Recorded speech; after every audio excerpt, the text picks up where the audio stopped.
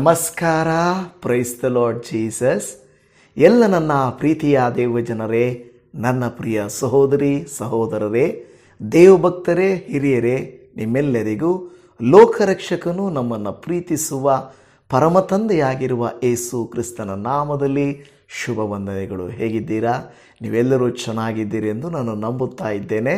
ಮತ್ತೊಂದು ದಿನ ನೀವು ನಾನು ಸೇರಿಕೊಂಡು ದೇವರ ವಾಕ್ಯವನ್ನು ಧ್ಯಾನ ಮಾಡಿ ಆತ್ಮಿಕವಾಗಿ ಬಲಗೊಳ್ಳುವಂತೆ ದೇವರು ನಮ್ಮನ್ನು ಒಟ್ಟುಗೂಡಿಸಿದ್ದಾರೆ.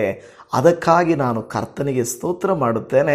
ಪ್ರತಿನಿತ್ಯ ಈ ವಿಡಿಯೋ ನೋಡಲಿಕ್ಕೆ ಬರುತ್ತಿರುವ ನಿಮ್ಮನ್ನು, ನಿಮ್ಮ ಕುಟುಂಬಗಳನ್ನು ಕರ್ತನು ಅನುಗ್ರಹಿಸಲಿ.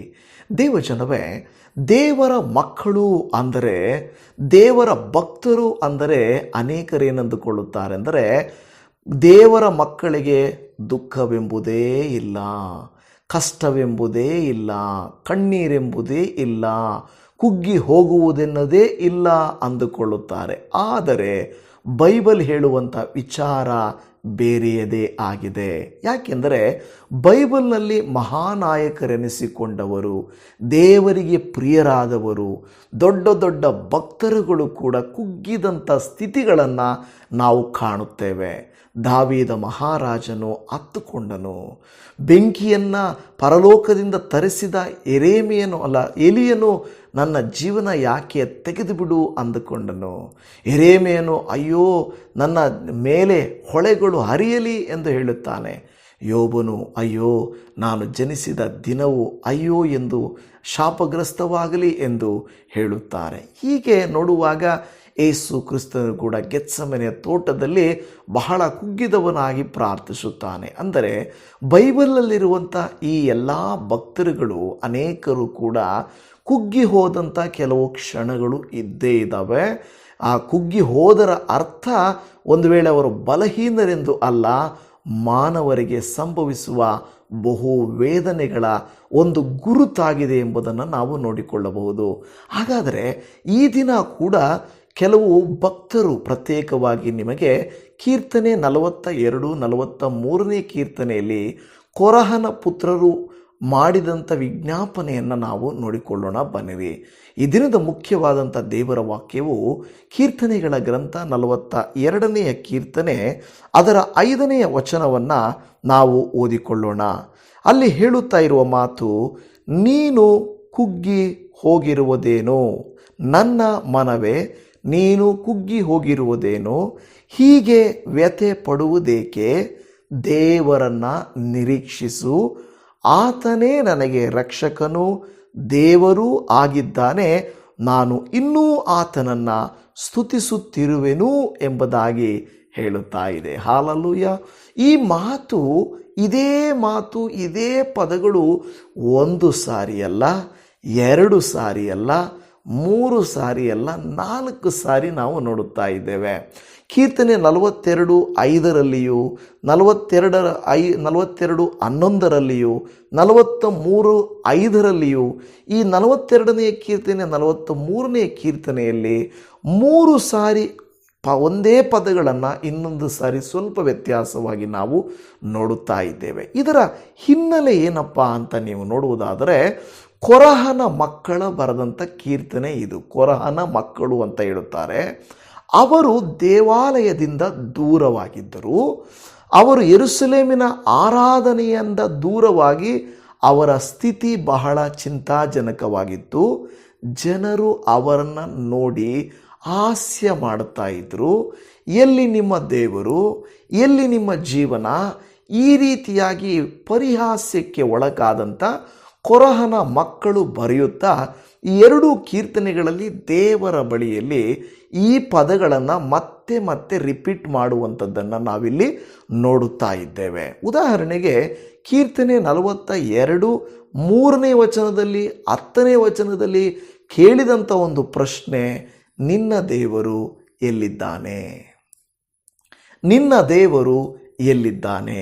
ಅನೇಕ ಸಂದರ್ಭಗಳಲ್ಲಿ ನಮ್ಮನ್ನು, ನಮ್ಮ ಮನೆಯವರೇ, ನಮ್ಮ ಜೀವನ ಸಂಗಾತಿಗಳೇ, ಜೊತೆ ಕೆಲಸಗಾರರೇ, ನಮ್ಮ ಅಕ್ಕಪಕ್ಕದಲ್ಲಿ ವಾಸಿಸುವವರೇ ನಮ್ಮ ಸ್ಥಿತಿಗಳನ್ನು ನೋಡಿ, ನಡೆಯದೇ ಇರುವ ಕಾರ್ಯಗಳನ್ನು ನೋಡಿ, ಆಗದೇ ಇರುವ ಕಾರ್ಯಗಳನ್ನು ನೋಡಿ, ನಿಧಾನವಾಗಿ ನಮ್ಮ ಬಳಿ ಕೇಳುವ ಪ್ರಶ್ನೆ, ಎಲ್ಲಿ ನೀನು ನಂಬಿದ ದೇವರು ನಿನಗೆ ಸಹಾಯ ಮಾಡಲಿಲ್ವಾ? ನಿನ್ನ ದೇವರು ಎಲ್ಲಿದ್ದಾನೆ? ನಿನಗೆ ಯಾಕೆ ಹಿಂಗಾಗ್ತಾ ಇದೆ? ನೀನಿಷ್ಟು ಭಕ್ತಿ ಪ್ರಾರ್ಥನೆ ದೇವರಲ್ಲಿ ಇದೆಯಲ್ಲ, ನಿನಗೆ ಯಾಕೆ ಒಳ್ಳೆಯದಾಗ್ತಾ ಇಲ್ಲ ಅನ್ನುವಂಥ ಪ್ರಶ್ನೆಗಳನ್ನು ಅವರು ಕೇಳುತ್ತಾರೆ. ಅದೇ ರೀತಿಯಲ್ಲಿ ಇಲ್ಲಿ ನಾವು ನೋಡುತ್ತಾ ಇರುವಂಥದ್ದು, ನಿನ್ನ ದೇವರು ಎಲ್ಲಿ ಎಂಬುದನ್ನು ನಾವು ನೋಡುತ್ತಾ ಇದ್ದೇವೆ. ನಿನ್ನ ದೇವರು ಎಲ್ಲಿ ಎಂದು ಪ್ರಶ್ನಿಸುವಾಗ ಅವರಿಗೆ ಆದಂಥ ನೋವನ್ನು ಇಲ್ಲಿ ಅವರು ನಮಗೆ ತೋರಿಸ್ತಾ ಇದ್ದಾರೆ. ಇಲ್ಲಿ ಪ್ರತ್ಯೇಕವಾಗಿ ಅವರು 3 ವಿಧಗಳಾಗಿ 3 ಭಾಗಗಳಲ್ಲಿ ಕುಸಿದಿದ್ದರು, ಇಲ್ಲವೇ ಕುಗ್ಗಿ ಹೋಗಿದ್ದರು ಅಂತ ನೋಡುತ್ತಾ ಇದ್ದೇವೆ. ಮೊದಲನೆಯದು ಆತ್ಮಿಕವಾದಂಥ ದೂರ. ಆತ್ಮಿಕವಾದ ದೂರ ಎಂದರೇನು? ದೇವಾಲಯದಿಂದ ಅವರು ದೂರ ಇದ್ದರು. ಯಾವಾಗ ನಾವು ದೇವರ ಆಲಯದಲ್ಲಿ, ಪ್ರಾರ್ಥನೆಗಳಲ್ಲಿ, ವಾಕ್ಯದಲ್ಲಿ ನಾವು ಅನ್ಯೋನ್ಯತೆಯಲ್ಲಿ ಇರುತ್ತೇವೋ, ನಮ್ಮನ್ನು ಆಗಾಗ ದೇವರ ವಾಕ್ಯ ಬಲಪಡಿಸುತ್ತಾ ಧೈರ್ಯಪಡಿಸುತ್ತಾ ಇರುತ್ತದೆ. ಆದರೆ ಅನೇಕ ಸಂದರ್ಭಗಳಲ್ಲಿ ನಾವು ಆತ್ಮಿಕವಾಗಿ ಕುಗ್ಗಿ ಹೋಗಿರುತ್ತೇವೆ. ಅಂದರೆ ಅದರ ಅರ್ಥ, ಈ ಕೊರಹನ ಮಕ್ಕಳು ಯಾವ ರೀತಿ ದೇವಾಲಯದಿಂದ ದೂರ ಇದ್ದರೋ, ನಾವು ಅನೇಕ ಸಂದರ್ಭಗಳಲ್ಲಿ ದೇವರಿಂದ ದೂರವಾಗಿ ಇರುತ್ತೇವೆ. ಎರಡನೆಯದಾಗಿ ಭಾವನಾತ್ಮಕವಾದಂಥ ಕಣ್ಣೀರು, ನಿರಂತರವಾದಂಥ ಕಣ್ಣೀರು, ಅಂದರೆ ಭಾವನಾತ್ಮಕವಾಗಿ ಕುಗ್ಗಿ ಹೋಗಿರುವುದು, ಭಾವನೆಗಳು. ಆಗಾಗ ನಾವು ಕೆಲವು ಸಾರಿ ನೆನೆಸ್ಕೊಂಡು ಅಳುತ್ತೇವೆ. ಆ ಹಳೆಯ ಕಾರ್ಯಗಳನ್ನು ನೆನಪಿಗೆ ತಂದುಕೊಳ್ತಾ ಇರ್ತೇವೆ. ಆಗ ನಮಗೆ ಬಿಕ್ಕಳಿಕೆ ಬರುತ್ತದೆ, ಮತ್ತೆ ಮತ್ತೆ ನೋವು ಬರುತ್ತದೆ. ಭಾವನೆಗಳು ನೆನೆಸಿದಾಗೆಲ್ಲ ಮನವು ತುಂಬುತ್ತದೆ, ಕಣ್ಣು ನೀರು ತುಂಬುತ್ತದೆ, ಮನಸ್ಸು ಭಾರವಾಗುತ್ತದೆ, ಬೇಸರವಾಗುತ್ತದೆ, ಭಯವಾಗುತ್ತದೆ. ಅದು ಭಾವನಾತ್ಮಕವಾದ ಕುಗ್ಗುವಿಕೆ.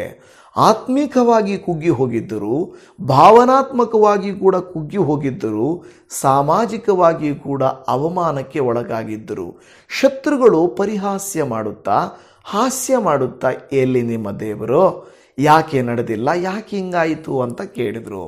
ಯೋಬನ ಬಳಿಯಲ್ಲಿಯೂ ಕೂಡ ಸ್ವಂತ ಹೆಂಡತಿ ಬಂದು, ಸ್ನೇಹಿತರು ಬಂದು, ಹಿಂಗ್ಯಾಕೆ ನಿನಗಾಯಿತು? ನೀನು ಬಹಳ ನೀತಿವಂತನಲ್ಲ, ಭಕ್ತಿವಂತನಲ್ವಾ, ಮತ್ತು ನಿನಗ್ಯಾಕೆ ಈ ರೀತಿ ನಡೀತು ಅಂತ ಪ್ರಶ್ನೆ ಮಾಡ್ತಾ ಇದ್ರು. ಅದು ಒಂದು ರೀತಿಯಾಗಿ ಯೋಬನಿಗೆ ಪರಿಹಾಸ್ಯವಾಗಿಯೂ ಅವಮಾನವಾಗಿಯೂ ಇರುತ್ತಿತ್ತು. ಅದೇ ರೀತಿಯಲ್ಲಿ ಇಲ್ಲಿ ಕೋರಹನ ಮಕ್ಕಳು ಕೂಡ ಜನರು ಕೇಳುವಂಥ ಪ್ರಶ್ನೆಗಳಿಂದ ಒಂದು ಆತ್ಮಿಕವಾಗಿ ಕುಗ್ಗಿ ಹೋಗಿದ್ದರು, ಭಾವನಾತ್ಮಕವಾಗಿ ಕುಗ್ಗಿ ಹೋಗಿದ್ದರು, ಸಾಮಾಜಿಕವಾಗಿ ಅವಮಾನಕ್ಕೆ ಒಳಗಾಗಿದ್ದರು. ಅದನ್ನು ನೆನೆಸ್ಕೊಂಡು ದೇವರ ಬಳಿಯಲ್ಲಿ ಬಳೆದಿರುವಂಥ ಕೀರ್ತನೆ ಈ ಕೀರ್ತನೆ ಆಗಿದೆ.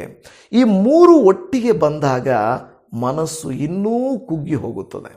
ಒಬ್ಬೊಬ್ಬರಿಗೆ ಒಂದೊಂದು ಸಮಸ್ಯೆ. ಉದಾಹರಣೆಗೆ, ನಮ್ಮಲ್ಲಿ ಕೆಲವರಿಗೆ ಶಾರೀರಿಕ ರೋಗ ಬರುತ್ತದೆ, ಇನ್ನು ಕೆಲವರಿಗೆ ಆರ್ಥಿಕ ಸಂದಿಗ್ಧತೆ ಬರುತ್ತದೆ, ಇನ್ನು ಕೆಲವರಿಗೆ ಆತ್ಮಿಕವಾಗಿ ಕುಗ್ಗಿ ಹೋಗಿರುತ್ತೇವೆ. ಆಲೋಚನೆ ಮಾಡಿರಿ, ನಿಮ್ಮಲ್ಲಿ ಕೆಲವರು ಆರ್ಥಿಕವಾಗಿಯೂ ಆತ್ಮಿಕವಾಗಿಯೂ ಕುಗ್ಗಿ ಹೋಗಿರಬಹುದು, ಇಲ್ಲವೇ ಅನಾರೋಗ್ಯದ ನಿಮಿತ್ತವಾಗಿ ಆರ್ಥಿಕವಾಗಿ ನೀವು ಬಹಳ ಬಡತನದಲ್ಲಿ ಬಂದುಬಿಟ್ಟಿರಬಹುದು. ಮಾತ್ರೆಗಳು, ಮೆಡಿಸಿನ್ಗಳು, ಆಪರೇಷನ್ಗಳು, ಟ್ರೀಟ್ಮೆಂಟ್ಗಳು ಅಂತ ತಿಳ್ಕೊಂಡು ನಿಮಗೆ ಮಾತ್ರ ಅಲ್ಲ, ನಿಮ್ಮ ಮಕ್ಕಳಿಗೂ ಹುಷಾರಿಲ್ಲ, ಮನೆಯವರಿಗೂ ಹುಷಾರಿಲ್ಲ, ಹೆಂಡತಿಗೂ ಹುಷಾರಿಲ್ಲ, ಅಪ್ಪ ಅಮ್ಮಗೂ ಹುಷಾರಿಲ್ಲ, ಕುಟುಂಬದ ಮೇಲೆಯೇ ಒಂದು ಶಾಪದ ಸರಮಾಲೆ ಇದ್ದ ರೀತಿಯಲ್ಲಿ, ನಿಮ್ಮನ್ನು ಕುಗ್ಗಿಸುವ ರೀತಿಯಲ್ಲಿ ಇರುವಾಗ ನಿಮ್ಮ ಹತ್ರ ಹಣನೂ ಇಲ್ಲ, ಆರೋಗ್ಯನೂ ಇಲ್ಲ. ಆವಾಗ ಹೇಳ್ತೀರಿ, ಇತ್ತ ಹಣವೂ ಇಲ್ಲ, ಆ ಕಡೆ ಆರೋಗ್ಯವೂ ಇಲ್ಲ, ಏನಕ್ಕಪ್ಪ ನನ್ನ ಜೀವನ ಎಂದು ಪ್ರಶ್ನೆ ಮಾಡ್ತೀರಲ್ವಾ? ಇನ್ನು ಕೆಲವರ ಜೀವಿತದಲ್ಲಿ ನಾವು ನೋಡುತ್ತಾ ಇದ್ದೇವೆ, ಇದು ಎರಡೂ ಇದೆ, ಆತ್ಮೀಕತೆ ಇಲ್ಲ. ಹೇಳ್ತಾರೆ, ದೇವರು ನಮಗೆ ಎಲ್ಲವನ್ನೂ ಕೊಟ್ಟಿದ್ದಾರೆ, ಆದರೆ ನಮ್ಮ ಮೊಮ್ಮಕ್ಕಳು ದೇವರಲ್ಲಿ ಇಲ್ಲ, ಅವರು ಲೌಕಿಕವಾಗಿ ಬಿಟ್ಟಿದ್ದಾರೆ. ಹಾಗಾದರೆ ಅರ್ಥ, ನಿಮಗೆ ಆರೋಗ್ಯವೂ ದೇವರು ಕೊಟ್ಟಿದ್ದಾರೆ, ಆರ್ಥಿಕವಾಗಿಯೂ ನಿಮ್ಮನ್ನು ಬಲಪಡಿಸಿದ್ದಾರೆ, ಆತ್ಮೀಕತೆ ಇಲ್ಲ. ಆಲೋಚನೆ ಮಾಡಿ, ಮೂರೂ ಇಲ್ಲದೆ ಹೋದರೆ ಹೇಗಿರುತ್ತದೆ? ಆತ್ಮೀಕತೆಯೂ ಇಲ್ಲ, ಆರೋಗ್ಯವೂ ಇಲ್ಲ, ಆರ್ಥಿಕತೆಯೂ ಇಲ್ಲ, ಸಾಮಾಜಿಕವಾಗಿಯೂ ಕೂಡ ಈ ರೀತಿ ಕುಗ್ಗಿ ಹೋಗುವಾಗ ಬಹಳ ವೇದನೆ ಉಂಟಾಗುತ್ತದೆ, ಸಹಿಸಲಿಕ್ಕೆ ಆಗುವುದಿಲ್ಲ. ಅದೇ ರೀತಿಯಾದಂಥ ಅನುಭವವನ್ನು ಯೋಬನು, ಎಲಿಯನು, ದಾವೀದನು, ಮೋಶೆಯು, ಯೇಸು ಕ್ರಿಸ್ತರು ಎಲ್ಲರೂ ಅನುಭವಿಸಿದರು. ಸಾಕಪ್ಪ, ಯೆರೆಮೀಯನಂತೂ ಅಳುವ ಪ್ರವಾದಿಯಾಗಿಬಿಟ್ಟಿದ್ದ. ಪ್ರತಿಯೊಂದು ವಿಷಯಕ್ಕೂ ಅಳುತ್ತಲೇ ಇರುತ್ತಿದ್ದ. ಇವತ್ತು ನಿಮ್ಮಲ್ಲಿ ಕೆಲವರು ಅಳಬಹುದು, ಕೆಲವರು ಅಳದೇ ಇರಬಹುದು. ಆದರೆ ನಿಮ್ಮ ಪರಿಸ್ಥಿತಿಯಂತೂ ದುಃಖವು ಉಲ್ಬಣಿಸಿಕೊಂಡು ಬರುವಂಥ ಸ್ಥಿತಿ ಆಗಿರುತ್ತದೆ. ನನ್ನ ಪ್ರಿಯ ಸಹೋದರಿ, ನಿಮಗೆ ಸಾಮಾಜಿಕವಾಗಿ ಮರ್ಯಾದೆಯೇ ಇಲ್ಲ, ಹಣ ಇಲ್ಲ, ಆರೋಗ್ಯ ಇಲ್ಲ, ಕುಟುಂಬದಲ್ಲಿ ಆತ್ಮೀಕತೆ ಇಲ್ಲ. ಎಲ್ಲ ಕಡೆಗಳಲ್ಲಿ ಕುಗ್ಗುವಿಕೆ ಬಂದಾಗ ನಮ್ಮ ಮನಸ್ಸು ಕುಗ್ಗಿ ಹೋಗಿ ಹೇಳುವುದು ಒಂದೇ ಒಂದು ಮಾತು ಹೇಳುವುದು, ನನ್ನ ಮನವೇ ನೀನು ಕುಗ್ಗಿ ಹೋಗಿರುವುದೇನು. ಕೆಲವು ಸಾರಿ ಈಗ ಈ ಒಂದು ವ್ಯಕ್ತಿಗಳು ಕುಗ್ಗಿ ಹೋದಾಗ, ಈ ರೀತಿಯಾಗಿ ಮೂರೂ ಕಾರ್ಯಗಳು ಒಟ್ಟಿಗೆ ಬಂದಾಗ ಆತ್ಮ ಸಂಭಾಷಣೆಯನ್ನು ಮಾಡಿಕೊಳ್ತಾ ಇದ್ದಾರೆ. ಏನು ಆತ್ಮ ಸಂಭಾಷಣೆ? ಕೀರ್ತನೆಗಾರನು ತನ್ನ ಮನಸ್ಸಿನೊಂದಿಗೆ ಮಾತಾಡ್ತಾ ಇದ್ದಾನೆ. ಅವರು ಹೋಗ್ಬಿಟ್ಟು ಬಹಳ ಜನರು ಮಾತಾಡ್ತಾ ಇದ್ದಾರೆ, ಜನರ ಹತ್ರ, ಅಧಿಕಾರಿಗಳ ಹತ್ರ, ಅರಸರ ಹತ್ರ ಹೋಗಲಿಲ್ಲ. ಬದಲಾಗಿ ಅವರೇನು ಮಾಡ್ತಾ ಇದ್ದಾರೆ? ತಮ್ಮ ಒಳಗೆ ತಾವೇ ಮಾತಾಡಿಕೊಳ್ಳುತ್ತಿದ್ದಾರೆ. ನಿನ್ನ ಮನಸ್ಸಿಗೆ ನೀನೇ ಮಾತಾಡು. ಹೌದು, ಮನಸ್ಸು ಏನು ಹೇಳುತ್ತದೆ? ಕೆಲವು ಸಾರಿ ಹೇಳುತ್ತದೆ, ನಿನ್ನ ಜೀವನ ಮುಗಿದಿದೆ. ಅದೇಳೋ ಮನಸ್ಸು ಹೇಳೋದು, ಯಾರಿಗೂ ನೀನು ಬೇಕಿಲ್ಲ, ನಿನ್ನ ಪ್ರಾರ್ಥನೆಗೆ ಉತ್ತರ ಬರಲ್ಲ, ದೇವರು ನಿನ್ನನ್ನು ಮರೆತಿದ್ದಾನೆ. ಆದರೆ ಮನಸ್ಸು ಆ ರೀತಿ ಹೇಳುವಾಗ ವಿಶ್ವಾಸದಲ್ಲಿರುವ ನೀನು ನಿನ್ನ ಮನಸ್ಸಿಗೆ ಹೇಳಬೇಕಾಗಿರೋ ಕಾರ್ಯ, ಮನಸ್ಸೇ ನಿಂತ್ಕೋ, ನನ್ನ ಮನವೇ ಸುಮ್ಮನಿರು, ಶಾಂತವಾಗಿರು, ತಾಳ್ಮೆಯಿಂದಿರು, ನನ್ನ ಮನವೇ ಎಂದು ಹೇಳಬೇಕು. ನೀನು ಹೇಳೋದು ಸಂಪೂರ್ಣ ಸತ್ಯವಲ್ಲ, ನೀನು ಸಂಪೂರ್ಣವಾದ ಸುಳ್ಳಲ್ಲ, ಇದು ಹೇಳ್ತದೆ. ನೀನು ಹೇಳೋದು ಸರಿ ಇಲ್ಲ. ನನ್ನ ದೇವರು ಸಿಂಹಾಸನದ ಮೇಲೆ ಆಸನಾರೂಢನಾಗಿದ್ದಾನೆ. ನಿಮ್ಮ ಮನಸ್ಸು ಹೇಳ್ಬೋದು ಮುಗೀತು ಕತೆ ಅಂತ, ಆದರೆ ನಿಮ್ಮ ವಿಶ್ವಾಸ ಹೇಳುತ್ತದೆ, ಇಲ್ಲ, ಮುಗಿದಿಲ್ಲ, ದೇವರು ಬಿಡುವುದಿಲ್ಲ. ಅಲ್ವಾ? ನೋಡಿ, ಬೈಬಲ್ನ ಭಕ್ತರ ಜೀವಿತದಲ್ಲಿ ಎಲ್ಲ ಅಂದುಕೊಂಡಿದ್ರು, ವಯಸ್ಸಾಗೋಯಿತು, ಕಾಲ ಮೀರಿ ಹೋಯಿತು, ಇನ್ನು ಸಾಧ್ಯವಿಲ್ಲ, ಇನ್ನು ಅಷ್ಟೇ ಅಂದುಕೊಳ್ಳುತ್ತಿದ್ದವರ ಜೀವಿತದಲ್ಲಿ ದೇವರು ಬಹುದೊಡ್ಡ ಕಾರ್ಯಗಳನ್ನು ಮಾಡಿದ್ದರು. ನಿಮ್ಮ ಲೈಫಲ್ಲಿ ದೇವರು ಮಾಡೋದಿಲ್ವಾ? ದೇವರಿಗೆ ಅಸಾಧ್ಯ ಅನಿಸುತ್ತದ? ದೇವರು ನಿಮ್ಮನ್ನು ಮರೆತು ಬಿಟ್ಟಿದ್ದಾರೆ ಅನ್ನಿಸ್ತಾ ಇದೆಯಾ? ಎಲ್ಲ ಕಡೆಗಳಲ್ಲಿ ಕೊರಹನ ಮಕ್ಕಳಿಗೆ ವೇದನೆಗಳು, ಅವಮಾನಗಳು, ನಿಂದೆಗಳು ಬಂದಾಗ ಅವರ ಪರಿಸ್ಥಿತಿ ಬಹಳ ಕಷ್ಟವಾಗಿತ್ತು. ಆದರೆ ಒಂದವರು ಮಾಡಿದರು, ತಮ್ಮ ಮನಸ್ಸಿನೊಟ್ಟಿಗೆ ಮಾತನಾಡಿ ಹೇಳಿದರು, ನನ್ನ ಮನವೇ ನೀನು ಕುಗ್ಗಿ ಹೋಗಿರುವುದೇನು? ವೈ, ಯಾಕೆ ನೀನು ಯಾಕೆ ಕುಗ್ಗಿ ಹೋಗಿದ್ದಿ ಎಂದು ಕೇಳುತ್ತಾ ಇದ್ದಾರೆ. ಆಮೇಲೆ ಹೇಳ್ತಾ ಇರುವಂಥ ಮಾತು, ಅಲ್ಲಿ ಕುಗ್ಗಿ ಹೋಗಿರುವ ಎಂಬ ಪದದ ಮೂಲ ಅರ್ಥ ಏನು ಗೊತ್ತಾ? ಕೆಳಗೆ ಬಾಗಿ ಹೋಗಿರುವುದು, ನೆಲಕ್ಕೆ ಕುಸಿಯುವುದು, ಒಳಗೆ ಕುಗ್ಗುವುದು, ಅದು ಇದೆಲ್ಲ ಹೇಳ್ತದೆ. ಇದು ಕೇವಲ ಒಂದು ದುಃಖದ ವಿಷಯವಲ್ಲ. ದೇಹ ನಡುಗ್ತದೆ ಅಲ್ವಾ? ಮನಸ್ಸು ತೊದಲ್ತದೆ, ಬಾಯಿ ಮಾತಾಡೋಕ್ಕಾಗಲ್ಲ ಅನ್ನುವಂಥ ಪರಿಸ್ಥಿತಿ ಬರ್ತದೆ. ಆದರೆ ಒಳಗೆ ಏನೋ ಒಂದು ಕೆಲಸ ನಡೀತಾ ಇರ್ತದೆ. ಕುಗ್ಗುವಿಕೆಯ ಲಕ್ಷಣಗಳೇನಪ್ಪ? ಕೆಲವು ಸಾರಿ ಕುಗ್ಗಿದ್ದೀವಿ ಅಂದರೆ ಹೆಂಗೆ ಗೊತ್ತಾಗುತ್ತೆ? ಖಂಡಿತ ಅದರಲ್ಲಿ ಮೊದಲನೇದು, ನಾವು ಪ್ರಾರ್ಥನೆ ಮಾಡೋದಕ್ಕೆ ಮನಸ್ಸು ಬರಲ್ಲ. ಎರಡನೇದಾಗಿ, ಜನರ ನಡುವೆ ಇದ್ದರೂ ಏಕಾಂತವಾಗಿರಂತ ಅನಿಸ್ತದೆ. ಮೂರನೇದು, ಇಂದಿನ ಸಂತೋಷ ನೆನಪಾಗಿ ನೋವಾಗ್ತದೆ. ನಾಲ್ಕನೇದು, ನಿದ್ರೆ ಇದ್ದರೂ ವಿಶ್ರಾಂತಿ ಇಲ್ಲ ಅಲ್ವಾ? ಐದನೇದು, ದೇವರು ದೂರವಾಗಿರುವಂತೆ ಅನುಭವವಾಗ್ತದೆ. ಇದು ಕುಗ್ಗುವುದಕ್ಕಿರುವಂಥ ಲಕ್ಷಣಗಳು. ಈ ಲಕ್ಷಣಗಳ ಮೂಲಕವಾಗಿ ನಾವು ನೋಡುತ್ತಾ ಇದ್ದೇವೆ, ಕುಗ್ಗಿ ಹೋಗಿ ದೇವರು ದೂರವಾಗಿರುವಂತೆ ಅನಿಸ್ತದೆ. ಆದರೆ ಕೊರಹನ ಮಕ್ಕಳು ಬರೆಯುತ್ತಾ ಒಂದು ಮಾತು, ಹೀಗೆ ವ್ಯಥೆ ಪಡುವುದೇಕೆ? ನನ್ನ ಮನವೇ ನೀನು ಕುಗ್ಗಿ ಹೋಗಿರುವುದೇನು? ಇಲ್ಲವೇ ನೀನು ಹೀಗೆ ವ್ಯಥೆ ಪಡುವುದೇಕೆ? ಚಿಂತೆಗಳ ಗದ್ದಲ, ವ್ಯಥೆ ಪಡುವ ಪದದ ಅರ್ಥ ಗದ್ದಲ, ಅಶಾಂತತೆ, ಮನಕುಲುಕುವಿಕೆ, ಒಂದು ವೇದನೆ, ಸಮಾಧಾನ ಇಲ್ಲದೆ ಇರುವಂಥದ್ದು. ಅದಕ್ಕೆ ಈ ಕೊರಹನ ಮಕ್ಕಳು ಒಂದು ಉದಾಹರಣೆಯನ್ನು 42ನೇ ಕೀರ್ತನೆ 7ನೇ ವಾಕ್ಯದಲ್ಲಿ ಹೇಳುತ್ತಾರೆ. ನಿನ್ನ ಜಲಪಾತಗಳಿಂದುಂಟಾಗುವ ಮಹಾಘೋಷವು, ಒಂದು ಪ್ರವಾಹವು ಮತ್ತೊಂದು ಪ್ರವಾಹವು ಕೂಗುತ್ತದೋ ಎಂಬಂತಿರುವುದು. ಹಾಗೆಯೇ ನೀನು ಅಲ್ಲಕಲ್ಲೋಲವಾದ ದುಃಖ ಪ್ರವಾಹದ ತೆರೆಗಳನ್ನು ನನ್ನ ತಲೆಯ ಮೇಲೆಯೇ ದಾಟಿಸಿದ್ದೀಯಲ್ಲ ಎಂದು ಹೇಳುತ್ತಾ ಇದೆ. ನನ್ನ ಪ್ರಿಯ ದೇವಜನರೇ, ನೀವೊಂದು ನದಿಯ ಬಳಿಯಲ್ಲಿ ಇಲ್ಲವೇ ಜಲಪಾತ ಕೆಳಗೆ ಬೀಳುವ ಜಾಗದಲ್ಲಿ ಹೋಗಿ ನೀವು ನಿಂತರೆ ಅದು ಶಬ್ದ, ಓ ಅನ್ನೋ ಶಬ್ದ ಬರ್ತಾ ಇರ್ತದೆ, ನೀರಿನ ಶಬ್ದ ಬರ್ತಾ ಇರ್ತದೆ, ಗಲಿಬಿಲಿ ಶಬ್ದ, ಒಂಥರ ಮುಜುಗರತನ ಇರುತ್ತದೆ ಅಲ್ವಾ. ಇಲ್ಲಿ ನಾವು ನೋಡುವಾಗ ಅದೇ ರೀತಿಯಾಗಿ ಹೇಳ್ತಾ ಇದ್ದಾನೆ. ಯಾವ ರೀತಿಯಾಗಿ ವ್ಯಥೆ ಅಂತ ಹೇಳಿದರೆ ಮನಸ್ಸು ಸಮಾಧಾನವಾಗಿ ಇರೋದೇ ಇಲ್ಲ. ಅಲ್ಲಿ ಹೇಳ್ತದೆ, ನೀನು ಅಲ್ಲಕಲ್ಲೋಲವಾದ ದುಃಖ ಪ್ರವಾಹದ ತೆರೆಗಳನ್ನು ನನ್ನ ತಲೆಯ ಮೇಲೆ ದಾಟಿಸಿದ್ದೀಯಲ್ಲ. ಈ ತೆರೆಗಳು, ಅಲೆಗಳು, ಬೋರ್ಗರಿಯುವಂಥ ಅಲೆಗಳ ಶಬ್ದವನ್ನು ನೀವು ನೋಡಿದ್ದೀರಲ್ಲ. ಶಬ್ದ, ಆ ಶಬ್ದವು ನೋಡುವಾಗ ಬಹಳ ಒಂದು ಕಡೆ ಇರೋದಿಲ್ಲ. ಅದೇ ರೀತಿಯಲ್ಲಿ ಈ ಕೀರ್ತನೆಗಾರನಾದ ಕೊರಹನ ಮಕ್ಕಳು ಹೇಳ್ತಾ ಇದ್ದಾರೆ, ನನ್ನನ್ನು ಬಹಳ ವ್ಯಥೆಪಡಿಸಿದ ಕಾರ್ಯಗಳು, ಸಮಾಧಾನವನ್ನು ಕೆಡಿಸಿದ ದಿನಗಳು, ನಿದ್ರೆ ಇಲ್ಲ, ಮನಃಶಾಂತಿ ಇಲ್ಲ, ಸಮಾಧಾನ ಇಲ್ಲ, ಉತ್ತರ ಕೊಡುವುದಕ್ಕೆ ಸಾಧ್ಯವಾಗುತ್ತಿಲ್ಲ. ಇಂತಹ ಪರಿಸ್ಥಿತಿ ನನ್ನ ಜೀವಿತದಲ್ಲಿ, ನಮ್ಮ ಜೀವಿತದಲ್ಲಿ ಇದೆಯಲ್ವಾ ಅಂತ ಅವರಂದುಕೊಳ್ಳುತ್ತಾ ಇದ್ದಾರೆ. ಇವತ್ತು ಸಹೋದರರೇ, ನಿಮ್ಮ ಜೀವಿತವೂ ಕೂಡ ಒಂದು ಸ್ಥಿರವಲ್ಲದ ನೀರಿನ ಹಾಗೆ, ಯಾವಾಗಲೂ ಕದಡಿರುವ ಮನಸ್ಸಿನ ರೀತಿಯಲ್ಲಿ ಬೆಳಿಗ್ಗೆ ಎದ್ದರೆ, ಮಧ್ಯಾಹ್ನ ಮನೆಗೆ ಬಂದರೆ, ರಾತ್ರಿ ಮಲಗಿದರೆ ಅದೇ ಯೋಚನೆ, ಅದೇ ಚಿಂತೆ, ಅದೇ ಕಳವಳ, ಅದೇ ದಿಗ್ಭ್ರಾಂತಿಗಳಲ್ಲಿ ನೀವಿದ್ದೀರಲ್ವಾ. ಅದೇ ಇಲ್ಲಿ ಹೇಳ್ತಾ ಇರುವಂಥದ್ದು. ನಿಮ್ಮ ಮನಸ್ಸು ನಿಮಗೆ ಪದೇ ಪದೇ ಅದನ್ನೇ ನೆನಪು ಮಾಡುತ್ತಾ, ಈಗ ಯಾಕಾಯಿತು, ಹಿಂಗೆ ಯಾಕೆ ನಡೀತು, ಇದು ಯಾಕೆ ಅಂತ ನಿಮಗೆ ಹೇಳುವಾಗ ನೀವು ನಿಮ್ಮ ವಿಶ್ವಾಸದ ಮೂಲಕವಾಗಿ ನಿಮ್ಮ ಮನಸ್ಸಿಗೆ ಹೇಳಬೇಕು, ನನ್ನ ಮನವೇ ನೀನು ಕುಗ್ಗಿರುವುದೇಕೆ, ಹೀಗೆ ವ್ಯಥೆ ಪಡುವುದೇಕೆ, ವಾಯ್. ದೇವ್ರ ವಾಕ್ಯ ಹೇಳ್ತದೆ, ಯಾಕೆ. ನನ್ನ ಪ್ರಿಯ ದೇವಜನವೇ, ಅವರ ಹಾಗೆ ನಿಮ್ಮ ಮನಸ್ಸು ಕೂಡ ಬಹಳ ಕುಗ್ಗಿ ಹೋಗಿದೆಯಾ, ಬಹಳ ಬೇಸರಿಕೆ ಆಗಿದೆಯಾ?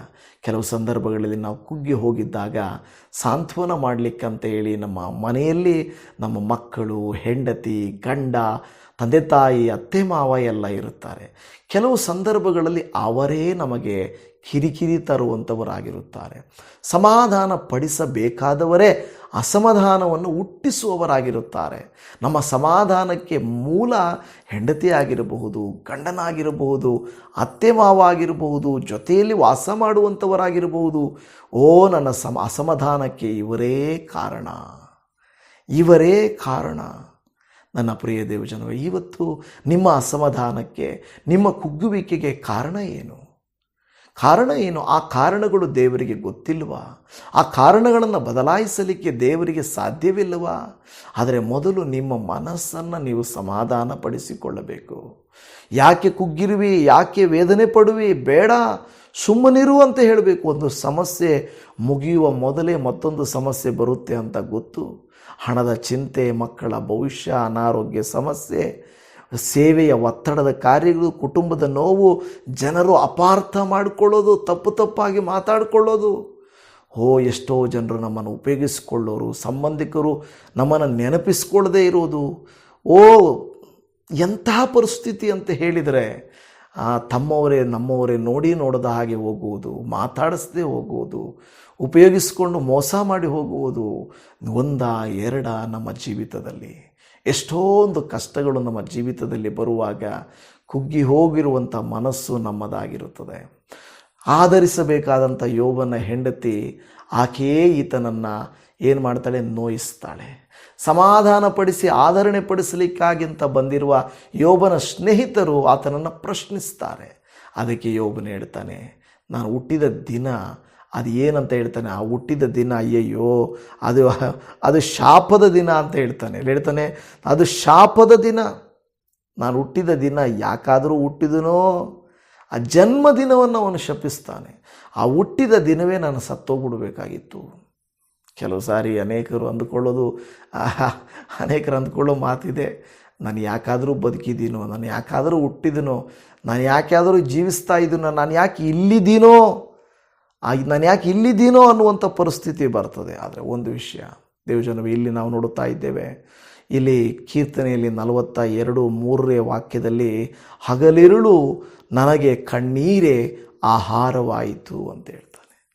ಹಗಲಿರುಳು ಕಣ್ಣೀರೇ ನನಗೆ ಆಹಾರವಾಯಿತು.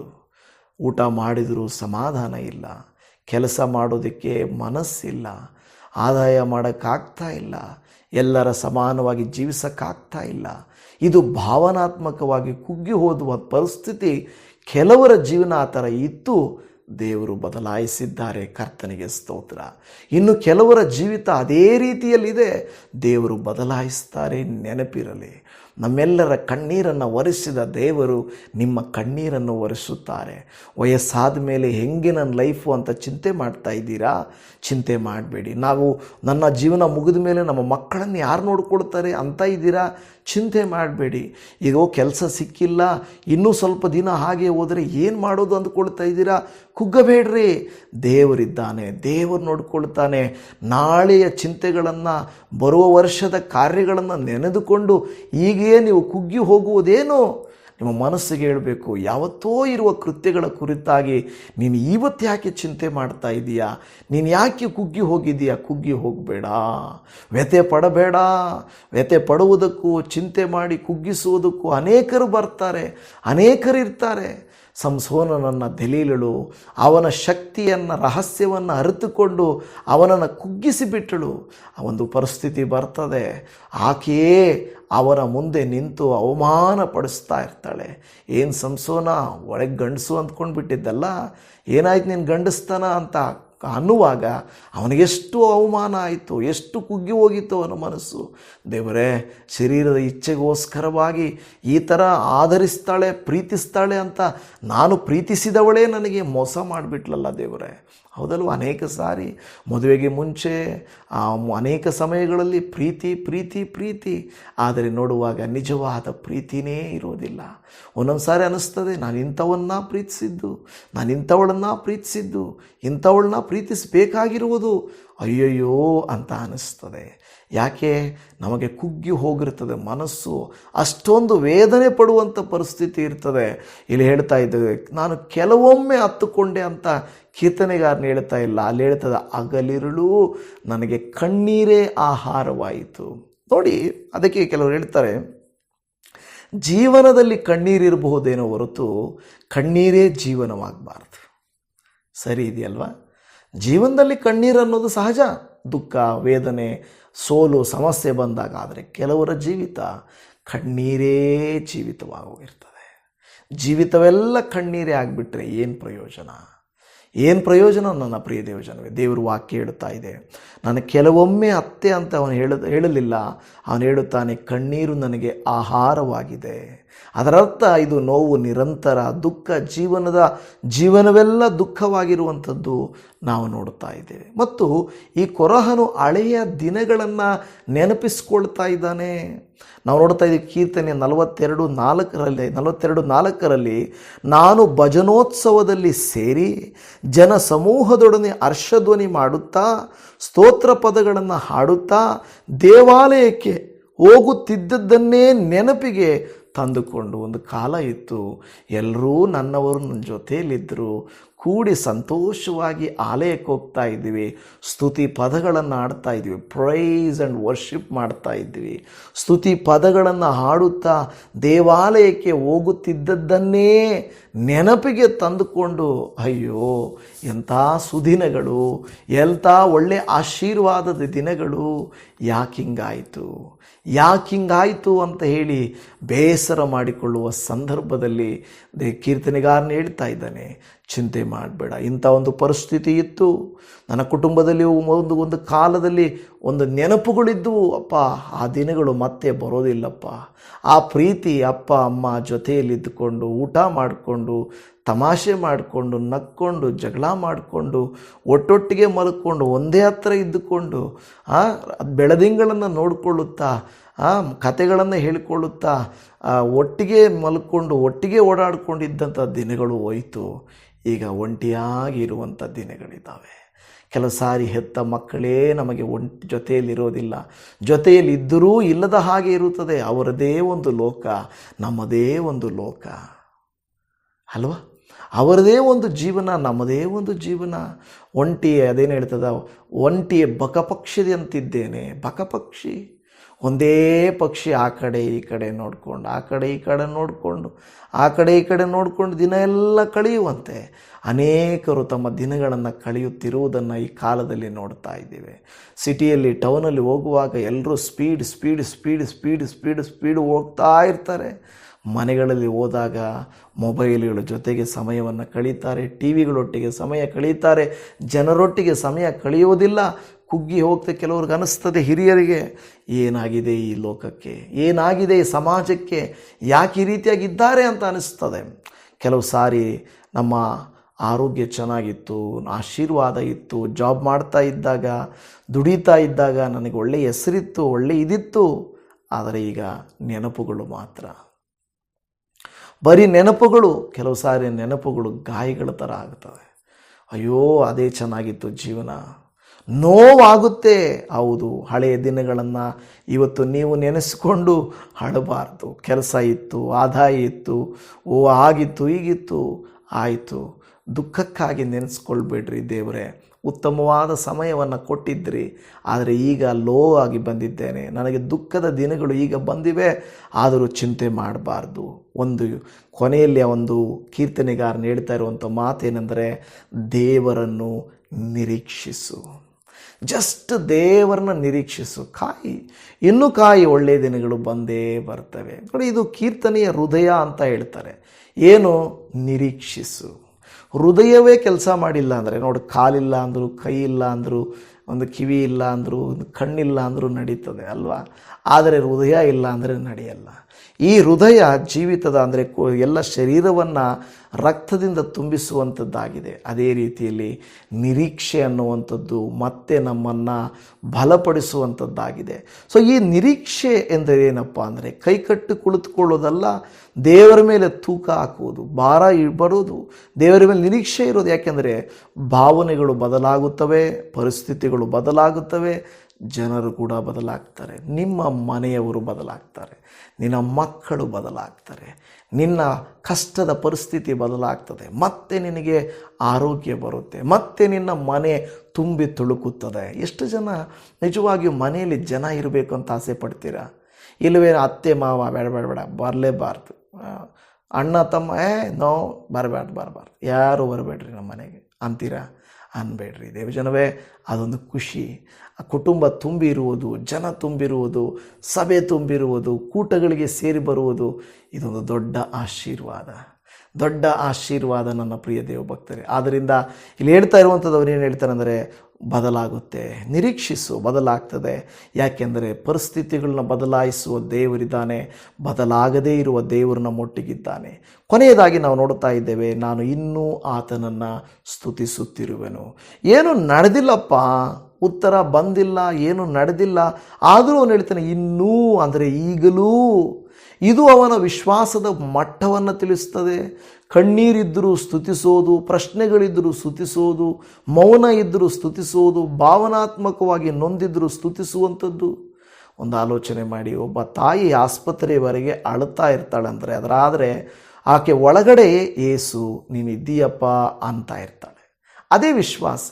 ಅಳು ಬರ್ತದೆ ನಿಜ, ಆದರೆ ನನ್ನ ದೇವರಿದ್ದಾನೆ, ಕೈ ಬಿಡಲ್ಲ ಅನ್ನೋ ವಿಶ್ವಾಸನೂ ಕೂಡ ಇರ್ತದೆ. ಅದು ವಿಶ್ವಾಸ. ಆತನೇ ನನ್ನ ರಕ್ಷಣೆ. ಹೌದು, ನಮ್ಮನ್ನು ರಕ್ಷಿಸುವವನು ಆತನೇ.